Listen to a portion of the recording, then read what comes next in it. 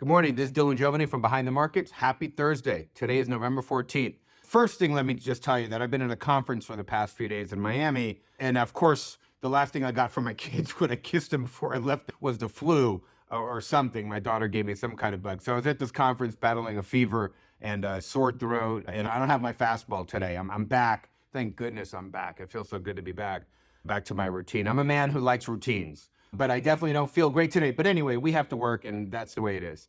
Today, I wanted to talk to you about a couple of things. The most important thing is, at this conference, really interesting, it was a comedy of errors. Of course, I get there, and I'm sick. And of course, my car doesn't start, and I'm dealing with a fever. I'm laying in bed, and then I got to talk on panels, and it's just this whole kind of thing. Character building, I always say to my kids, is when we do things that we don't want to do, but we do them anyway. So this was a week of building character for me so far. Or as my grandfather used to say to me, you are a character. Anyway, so as I was at this conference, this is one of those industry conferences that tries to bring together people like me or investors, just investors, on one side, and small companies that are looking for more exposure on another side. And I met a lot of the CEOs of small companies, and these are small publicly traded companies that you've never heard of. I certainly haven't. But they're legitimate businesses. They're $50, $100 million companies with $50, $100 million market caps. Some of them are cash flow positive. They're in the mining sector or they're in the energy sector, whatever it is. And a lot of them are good. And what they're trying to do is they're trying to get the word out on their stocks. They're trying to tell the world. They hire people like public relations people to say, hey, can you get Bloomberg to talk about us? We have such a great story here. Nobody knows about us. And can you get us on CNBC? Can you get us on Fox Business? We got to tell our story. And that's one of the things that a lot of entrepreneurs don't realize.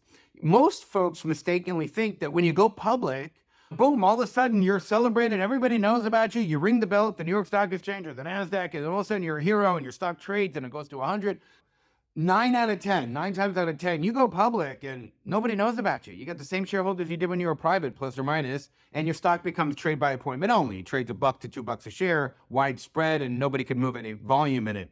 So what they try to do is they hire public relations people to get the word out. And at this particular conference that I was at, there were a bunch of companies, bunch of public relations people that they had hired or were looking for their work, and then people like me, investors, or people that have a following. I dare to say influencers.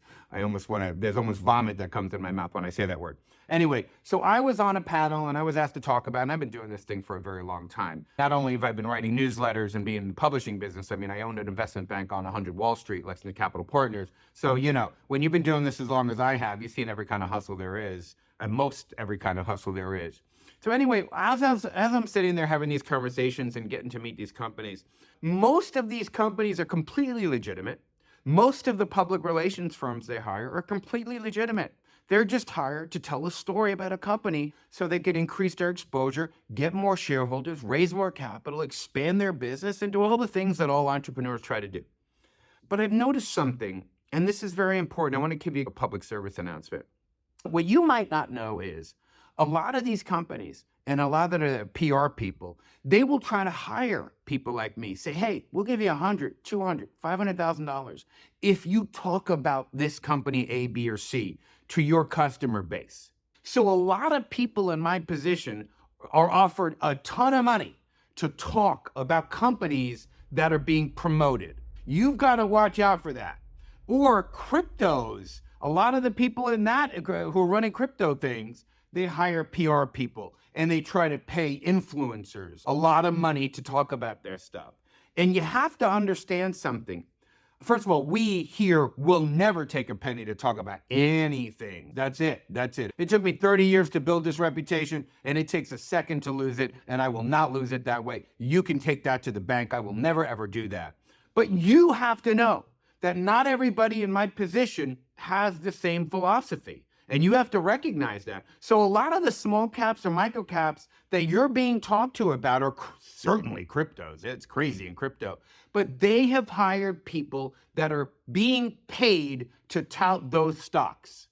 You have to know about this. And one of the things that we did with Breakthrough Wealth is we created a microcap service that really is completely independent of all of that kind of stuff. So I will never, ever do that at Breakthrough Wealth. You have my word. What I've learned about me is money is not important enough for me to do anything shady for it. Certainly anything unethical for it. I'd rather be broke. I'd be happy just being broke. It's not important enough for me to hurt any human being. I'm not in the hurting people business. Just not the way I'm programmed. But not everybody's like that. One of the things I observed at this conference is there are a lot of people in a market like this, when everybody's a little drunk on euphoria, they all start to come back out. They're all coming back out. So you have legitimate promoters going out there, and you have some not so legitimate promoters going out there. So I urge you, when you get to be our age and older, we're not young anymore. We have to protect what we have. That is the first thing. Rule number one, don't lose money. Rule number two, don't forget rule number one. This is how I see it. So I look at this as I am a steward of your capital. I am a steward of your trust. And there is nobody who's going to come in here. There's not a check that they can write me that's going to be big enough for me to not want to look in the mirror anymore and hurt our members. It's just not going to happen. So I just wanted to, as all these nefarious promoters come out and they're trying to pay newsletter writers a ton of money. And by the way, how do they get away with paying that? The company goes to the public relations person and says something like, I'll give you 1 million shares of stock at a penny.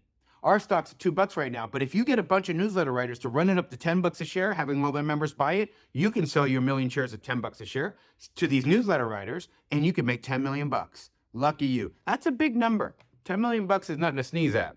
So anyway, I just wanted to say, as we're in this new kind of euphoric state after a post-Trump win, that all the spiders and bugs are going to come out now. Please be careful. Invest responsibly. Did I just make that up? I did. Drink responsibly. Anyway, that's all I wanted to say today. I am grateful to be back. I am grateful to be talking to you every day. I hope I feel a little bit better tomorrow. Have a wonderful Thursday.